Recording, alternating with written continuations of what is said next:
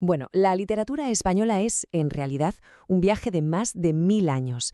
En los próximos minutos vamos a recorrerlo, digamos, a toda velocidad, para descubrir cómo una nación se ha ido contando a sí misma, desde los héroes de los cantares de gesta hasta las voces más contemporáneas. A ver, ¿cómo cuenta un país su propia historia?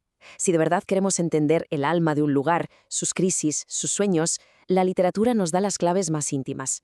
Es como un espejo que ha estado reflejando la identidad de España durante un milenio entero. Y el recorrido, la verdad, es enorme, desde los primerísimos textos en castellano, allá en la Edad Media, hasta hoy mismo. Pero ojo, esto no es solo una lista de libros y autores, ¿eh? Es la biografía de una cultura que está en constante cambio. Y vamos a recorrerla juntos.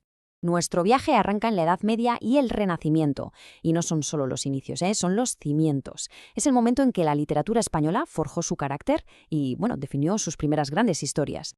En sus inicios, la literatura española tenía como un doble alma.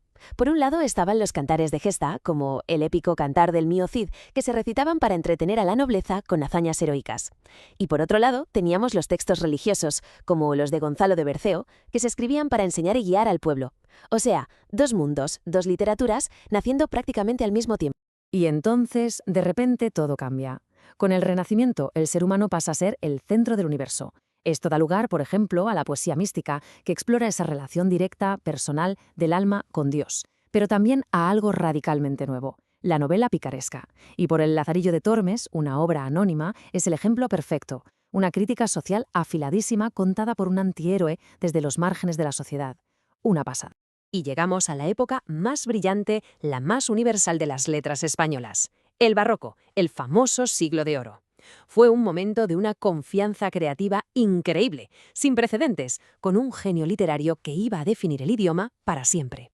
Y aquí están los titanes, los pesos pesados de la época. Cervantes, que reinventa la novela con El Quijote. Lope de Vega, que prácticamente crea el Teatro Nacional. Quevedo y Góngora, que llevan la poesía a unas cimas de complejidad e ingenio brutales. Y Calderón de la Barca, que perfecciona el drama filosófico. Vamos, un auténtico equipo de estrella. Esta cita es que captura a la perfección el espíritu de la época. No es solo una frase bonita, es toda una declaración de principios sobre la humanidad, la justicia, los sueños. Esto es lo que Cervantes y todo el Siglo de Oro le regalaron al mundo, una sabiduría que es profunda y sobre todo atemporal.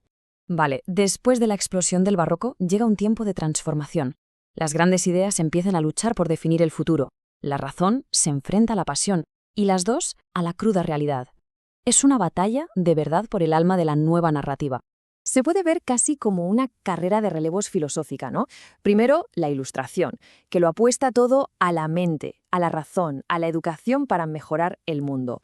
Como reacción, claro, salta el Romanticismo, que dice, no, lo que importa es el corazón, la pasión, la libertad individual.